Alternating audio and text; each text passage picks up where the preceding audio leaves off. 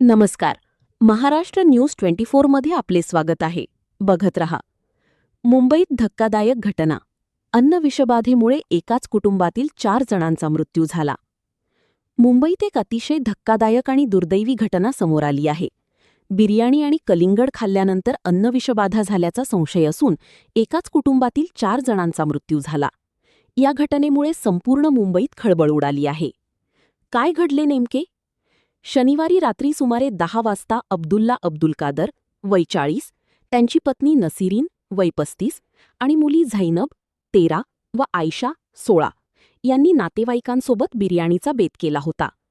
जेवणानंतर ते आपल्या पायधुणी येथील घरी परतले. रात्री साधारण 1 वाजता त्यांनी कलिंगड खाल्ले.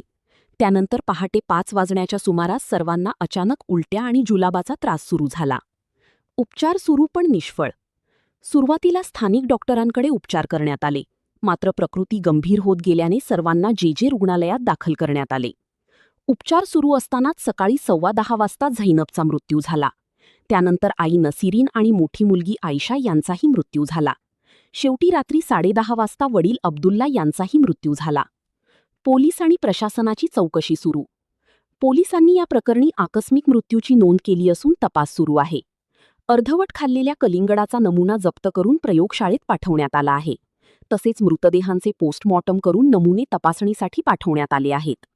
अन्न व औषध प्रशासन, FDA आणि फॉरेन्सिक टीम देखील तपासात सहभागी झाली असून कलिंगडामध्ये कोणतेही विषारी पदार्थ किंवा भेसळ होती का याची तपासणी केली जात आहे. अंतिम अहवालाची प्रतीक्षा. सध्या मृत्यूचे नेमके कारण स्पष्ट झाले नसून हिस्टोपॅथॉलॉजी आणि लॅब अहवाल आल्यानंतरच अंतिम निष्कर्ष काढला जाणार आहे. निष्कर्ष.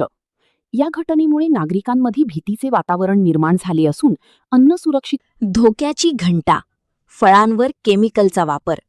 आजकाल बाजारात फळे आकर्षक दिसावीत, लवकर पिकावीत आणि गोड लागावीत यासाठी केमिकलचा मोठ्या प्रमाणात वापर केला जात असल्याचे अनेकदा उघड झाले आहे.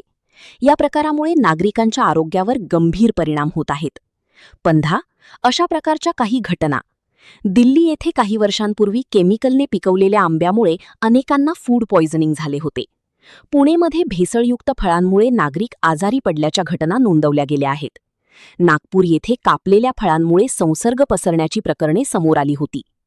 नागरिकांसाठी महत्त्वाच्या सूचना. फळे आणि भाज्या नेहमी स्वच्छ पाण्याने नीट धुवा. शक्य असल्यास मीठ किंवा बेकिंग सोड्याच्या पाण्यात धुवून घ्या. कापलेली फळे बाहेरून खरेदी टाळा. अतिशय चमकदार किंवा अनैसर्गिक रंगाची फळे घेणे टाळा.